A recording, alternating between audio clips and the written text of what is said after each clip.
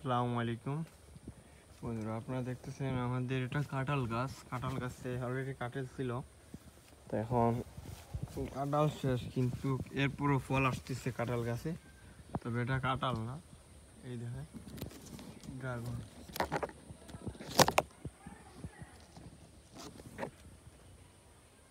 ঠিক আছে, তো আপনারা দেখতে পারলেন যে আমরা কাঁঠাল গাছে ড্রাগন লাগিয়েছিলাম এবং রেগুলার ফল পাইতেছি।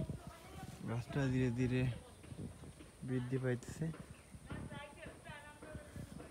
সাথে আমরা দেয়ালেও কিছু গাছ লাগিয়ে রাখছি, এগুলা থেকেও ফল পাবো প্রচুর। আমরা যেমন এটা মেহগনি গাছে লাগানো হয়েছে, এটা আবার আম গাছে লাগানো হয়েছে, এটা কাঁঠাল গাছেই।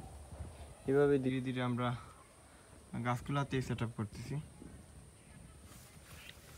তো বন্ধুরা, সবাই ভালো থাকেন, সুস্থ থাকেন, সবাইকে অসংখ্য ধন্যবাদ।